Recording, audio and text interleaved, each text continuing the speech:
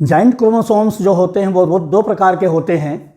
पहला था polytene chromosome और जो दूसरा जाइंट क्रोमोसोम का टाइप है वो है लैम्ब्रस क्रोमोसोम। तो लैम्ब्रस क्रोमोसोम को सबसे पहले डिस्कवर किया फ्लेमिंग ने 1882 में। बल्बियानी ने पॉलीटीन क्रोमोसोम को डिस्कवर किया था 1881 में। ठीक उसके एक साल के बाद 82 में फ्लेमिंग ने लैम्ब्रस क्रोमोसोम को डिस्कवर किया। ये क्रोमोसोम्स जो होते हैं वो मियोटिक प्रोफेज फर्स्ट में पाए जाते हैं। ये सभी एनिमल्स के oocytes में और कुछ स्पर्मेटोसाइट्स में ये क्रोमोसोम्स पाए जाते हैं। ये क्रोमोसोम्स ह्यूमन में नहीं पाए जाते, मैमल्स में नहीं पाए जाते हैं। और सबसे अच्छा ये क्रोमोसोम दिखता है सैलामेंडर में, जो कि एक एम्फीबियन है। इसमें डीएनए कंटेंट्स जो हैं बहुत अधिक होते हैं इनके सेल्स में, इसलिए सैलामेंडर में जो क्रोमोसोम की साइज़ होती है वो बहुत लार्ज होती है। इन क्रोमोसोम्स का जो शेप है वो पहले जो आयल बर्निंग जो लैम्प्स थे, जो आयल बर्न करके जो प्रकाश लेते थे जिन लैम्प से, उनकी चिमनीज़ को क्लीन करने के लिए जिस ब्रश का इस्तेमाल होता था उन ब्रशेस की तरह से इनका शेप होता है। तो वहीं से इसका नाम दिया गया लैम्ब्रस क्रोमोसोम। ये क्रोमोसोम्स हमेशा पेयर्ड कंडीशन में रहेंगे, होमोलॉगस कंडीशन में रहेंगे।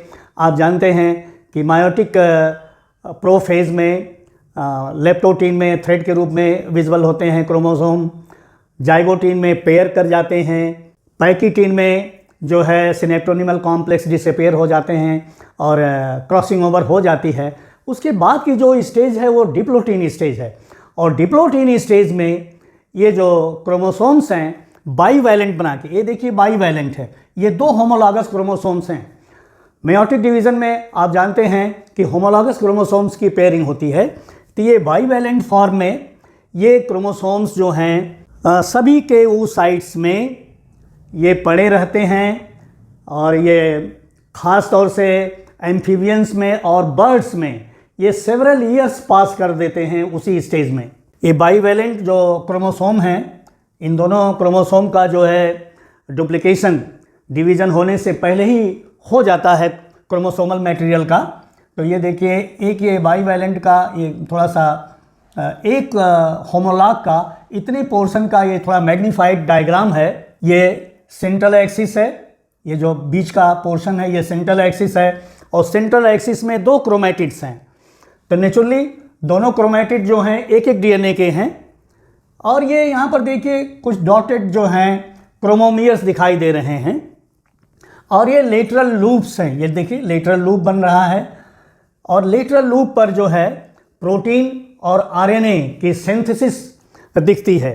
प्रोटीन होती है और आरएनए सिंथेसाइज करते हैं। इनको सेवरल ईयर्स लग जाते हैं। क्रोमोमियर्स जो हैं क्रोमैटिन के टाइटली पैक्ड रीजन्स हैं और टाइटली पैक्ड होने के कारण ये क्रोमैटिड्स, ये क्रोमैटिन, ये ट्रांसक्रिप्शनली इनएक्टिव होते हैं। यहाँ पर ट्रांसक्रिप्शन नहीं होता है। ट्रांसक्रिप्शन के मतलब हो गए कि आरएनए की सिंथेसिस नहीं होती है और आरएनए की सिंथेसिस नहीं होगी तो प्रोटीन का भी फॉर्मेशन नहीं होगा, क्योंकि जीन्स जो हैं वो कोड करते हैं मैसेंजर आरएनए और मैसेंजर आरएनए जाके फिर उसको ट्रांसलेट करता है in the form of protein. तो प्रोटीन की सिंथेसिस नहीं होगी। तो ये क्रोमोमियर्स देखिए डॉटेड फॉर्म में है। इसी डायग्राम को एक सेंट्रल एक्सिस को देखिए इस तरह से बनाया गया है और इसमें ये देखिए लूप्स हैं, लूप्स।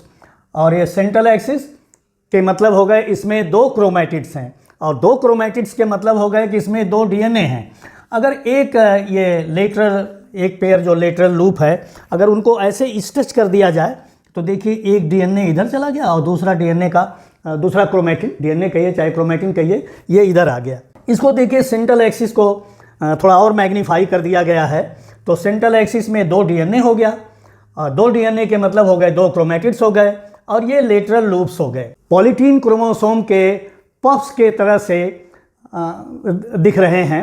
हालांकि दोनों पफ जो है पॉलीटीन क्रोमोसोम में बनता है और लेटरल लूप जो है लैम्ब्रस क्रोमोसोम में बन रहा है, लेकिन दोनों एनालॉगस स्ट्रक्चर की तरह से काम कर रहे हैं। एनालॉगस स्ट्रक्चर के मीनिंग होते हैं कि वो कार्य तो एक तरह से कर रहे हैं लेकिन उनकी ओरिजिन डिफरेंट है। लैम्ब्रस क्रोमोसोम के जो लूप्स हैं और पॉलीटीन क्रोमोसोम्स के जो पफ हैं वो ओरिजिन के हिसाब से दोनों डिफरेंट हैं, लेकिन फंक्शनली दोनों सिमिलर फंक्शन कर रहे हैं। दोनों जगह आरएनए जो है वो सिंथेसाइज हो रहा है और आरएनए के सिंथेसिस के कारण प्रोटीन की भी सिंथेसिस हो रही है। यहाँ पर ये जो बाईवैलेंट है, यहाँ पर चूँकि ये सेवरल ईयर्स इसी फेज़ में पड़े रहते हैं, तो ये लूप्स जो हैं ये सेल ग्रोथ से रिलेटेड हैं। इस समय सेलुलर मास जो है, जो उस साइट एक के डेवलपमेंट के लिए रिस्पॉन्सिबल हैं, जो एक को डेवलप करेंगे, वहाँ पर सेलुलर मास को ये रिच करते हैं, बढ़ाते हैं। इन लूप्स की जो पोजीशन है क्रोमोसोम सेट पर वो कांस्टेंट है। ये अपनी ही पर्टिकुलर जगह पर ये लूप्स डेवलप होंगी, जहाँ कहीं कोई लूप नहीं डेवलप हो सकता। देखिए डिफरेंट लूप डिफरेंट तरह से दिखाई दे रहे हैं। क्रोमोसोम सेट का करीब 5 to 10% जो क्रोमैटिन है वो जो है ट्रांसक्रिप्शनली एक्टिव है। ट्रांसक्रिप्शनली एक्टिव के मतलब वो आरएनए की सिंथेसिस कर रहा है और प्रोटीन की सिंथेसिस वहाँ पर हो रही है। रेस्ट ऑफ द क्रोमैटिन जो है वो ट्रांसक्रिप्शनली इनएक्टिव है, और इनएक्टिव होने के मतलब वहाँ पर क्रोमैटिन जो है टाइटली कॉइल्ड है, और वो टाइटली कॉइल्ड पोजीशंस को ही देखिए क्रोमोमियर्स कहा जा रहा है। तो यहाँ ये जो हैं क्रोमोमियर्स की जो लोकेशन है वो ट्रांसक्रिप्शनली इनएक्टिव लोकेशन है, यहाँ पर ट्रांसक्रिप्शन नहीं हो रहा है। सभी जो लाइमब्रस क्रोमोसोम हैं, हर पेयर जो है एक होमोलॉगस पेयर देखिए यहाँ रख रहा है। अभी बाद में जब ये डिप्लोटीन स्टेज समाप्त होगी लंबे अंतराल के बाद, तब ये क्रोमोसोम ही सेपरेट होंगे। क्रोमोसोम यहाँ डिवाइड नहीं होता, क्रोमोसोम इसमें स्प्लिट नहीं करता है, क्रोमोसोम सेपरेट हो जाएंगे एक दूसरे से। तो पॉलीटीन क्रोमोसोम और लाइमब्रस क्रोमोसोम में एक डिफरेंस तो ये है कि पॉलीटीन क्रोमोसोम्स जिन सेल्स में पाए जाएंगे, जिन टिश्यूज़ में पाए जाएंगे, उन टिश्यूज़ का कंप्लीट ब्रेकडाउन होता है। और यहाँ पर जो लाइमब्रस क्रोमोसोम्स जिन सेल्स में पाए जाएंगे उन सेल्स का ब्रेकडाउन नहीं होगा, वो सेल मेयोटिकली डिवाइड होके वो एक सेल से दो सेल बनाते हैं। ह्यूमन में जो ये लाइमब्रस क्रोमोसोम नहीं पाए जा रहे हैं उसका एक मुख्य कारण ये भी होगा कि ह्यूमन के जो फर्टिलाइज्ड एग का डेवलपमेंट है उसका नरिशमेंट जो है मदर से डेराइव होता है। अन्य जो एनिमल्स हैं वो उनके एग का development outside of the mother होता है, इसलिए उनको ज़्यादा रिजर्व फूड की ज़रूरत होती है।